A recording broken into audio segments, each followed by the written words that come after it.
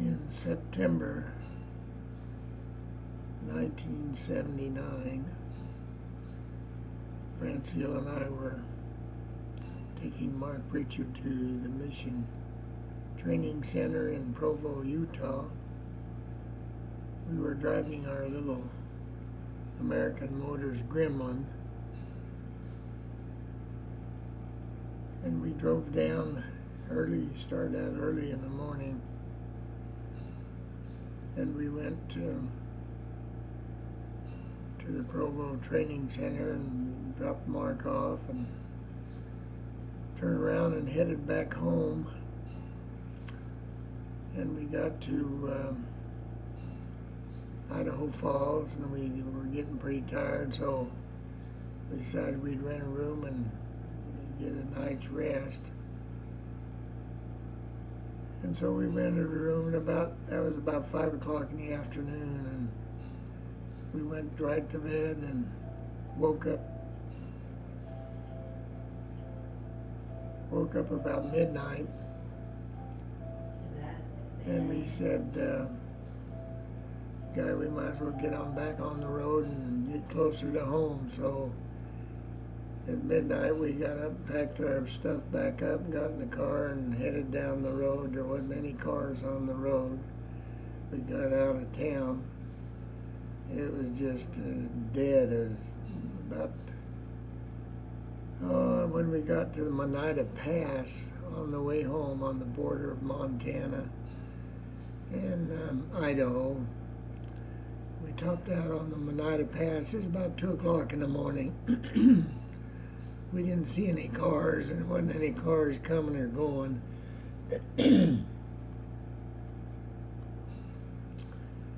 And we topped out over the top of the hill, and it was a long straight stretch of road.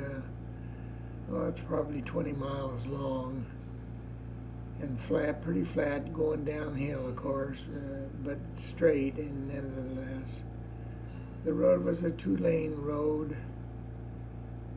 and the bar ditch was big. It was big on both sides. The road was really built up, and I think the bar ditch, the right-of-way was probably 100 feet at least off the road. The fence was 100 feet off the road, each side of the road. So the state had right-of-way there, big right-of-way. Anyway, coming down off of that hill, and I just topped out and maybe gone a mile, maybe even less than that, and I looked off to the left, to the south, and there was a shooting star, which I thought was a shooting star anyway, and it came down, and I said, money, money for the, like we always say, money for the week's over.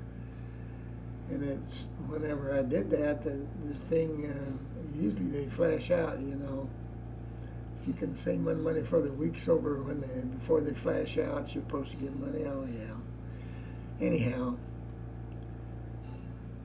I said that, and it stopped, just down above the road there. Looked, it wasn't,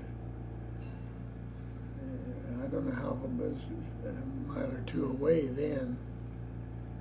Maybe 3 miles, something. But anyway, it stopped on the road, and there was a blue light, bright blue light, the whole thing, when it came down, was just a blue blob. And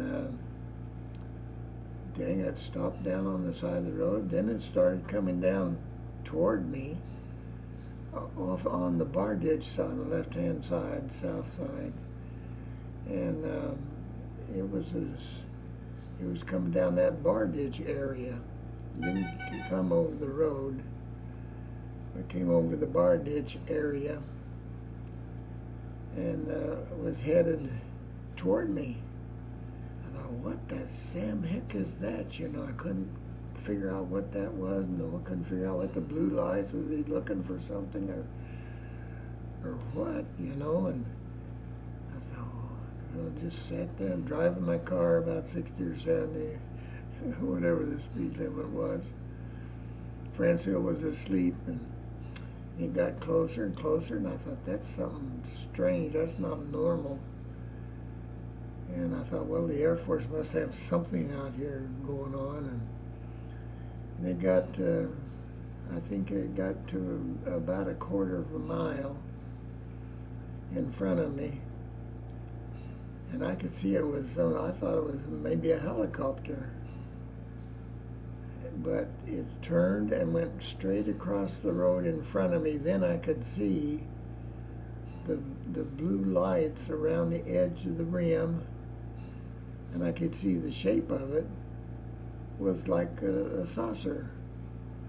And when it turned to go across the road, they had looked like 10 or 15 blue windows on the edge of it, and the blue kind of faded toward each other and then got bluer in the center of each, like window. And that was deep blue and then lighter blue around the edges, but it was all blue. But it wasn't a light that shined out on the ground or anything or in the air. It was just a glowing glow of some sort.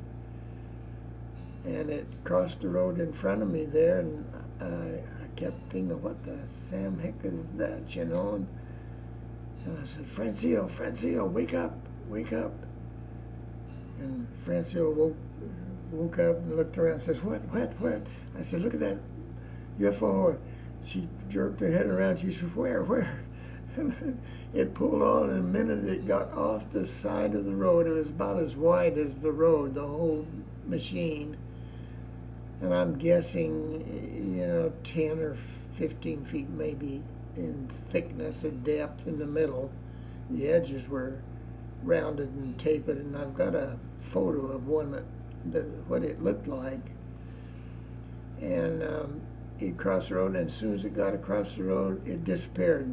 There was no light, there was nothing, and when I drove by that spot, I looked in that direction. I could not see anything. It was just dark night. And boy, I stepped on the gas and I got out of there in a hurry. But Francine never did see it. It turned black before she could see it. Turned dark. But it was a little bit scary, not knowing what the heck that was. It wasn't a helicopter because it had a light on the top of it. And helicopters have a little red light on the bottom. And of course, you can see the tips you would have been able to see something, I think, in my headlights, but they didn't quite shine that distance. And I couldn't see, the lights didn't shine on the UFO. I wasn't that close. But it was out there a couple hundred feet or so in front of me when it crossed the road. It slowly crossed the road. And I was slowing down then, trying to, watch what's going on. And then it went and disappeared. When I tried to wake Francilla up, why, it was gone. And I stepped on the gas and got out of there. There was no cars behind me or in front of me, and I was by myself out there. And I was going to get as far away as I could. But it looked like the one I've got a picture of, which I'll share with you. The windows, as I remember, they glowed. They all melted. The glow kind of melded together, but there was just these really deep blue spots at the center of each one of those windows, looking things.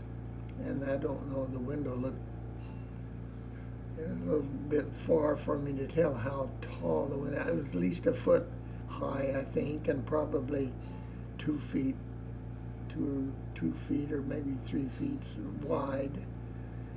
And they were, I don't know how many was on the side, 5 or 10 or something on that. I thought it was strange that a passenger, and I thought it was maybe a passenger or something, there with the lights, but when the blue came out of them, I just realized that there wasn't any passengers in there. It was just that blue light.